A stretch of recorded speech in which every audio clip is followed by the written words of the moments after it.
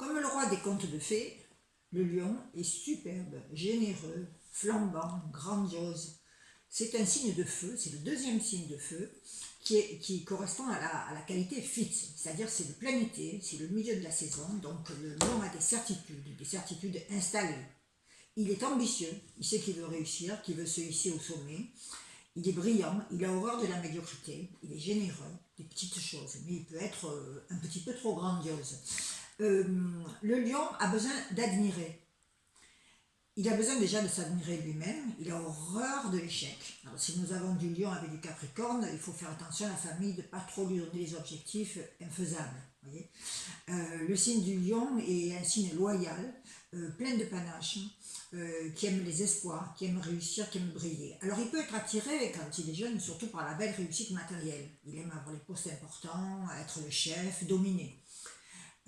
Il aime s'occuper de sa famille, il aime avoir une belle maison, avoir des belles choses autour de lui, il est essentiellement très créatif.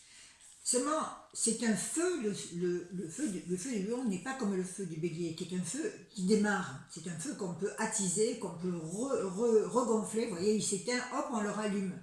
Par contre, non, le signe du lion, c'est un feu discipliné. Et c'est pour ça qu'il n'a pas la même attitude du tout que le bélier. Le lion, c'est un signe qui, s'il y a un échec affectif ou un échec social dans sa vie, il peut avoir beaucoup de mal pour se remettre en question.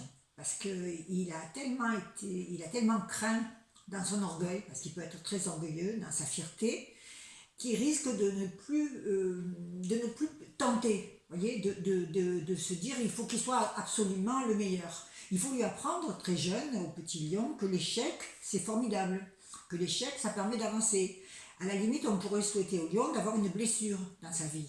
Parce que c'est à partir de ce moment-là que peut-être il passera d'une phase extravertie, luxuriante et matérialiste à une phase plus intériorisée où il développera ses qualités personnelles et sa créativité. Au signe du cancer, on s'est établi, on a fait sa maison, on s'est débarrassé des influences parentales qui étaient nocives à notre évolution, et au lion, on devient un être créatif, on devient vraiment soi-même. Mais il y a beaucoup de lions qui ne sont pas eux-mêmes, qui portent des masques. Pourquoi? Parce qu'ils portent le masque que les parents souhaitaient qu'ils portent, parce qu'ils portent le masque qui est en accord avec ce que la société attend de la réussite. Alors c'est pour ça que c'est pas mal quelquefois que le masque saute. Parce que là, ils vont trouver la vraie réalité, ceux qui sont vraiment. Ils ne vont plus jouer des rôles. À part ça, c'est vrai que c'est un signe très créatif, qui peut faire du cinéma, qui peut faire du théâtre, qui peut faire tout ce qui est artistique. Mais il faut qu'il dépasse sa peur de l'échec et sa peur de ne pas être aimé.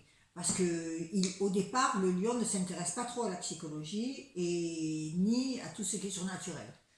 Il a tendance plutôt à se fier à ce qui est beau, à ce qui est grand, majestueux, mais matérialiste. Alors que le héros du lion, c'est Perceval. C'est celui qui va chercher le Graal. Mais il met 20 ans pour le trouver.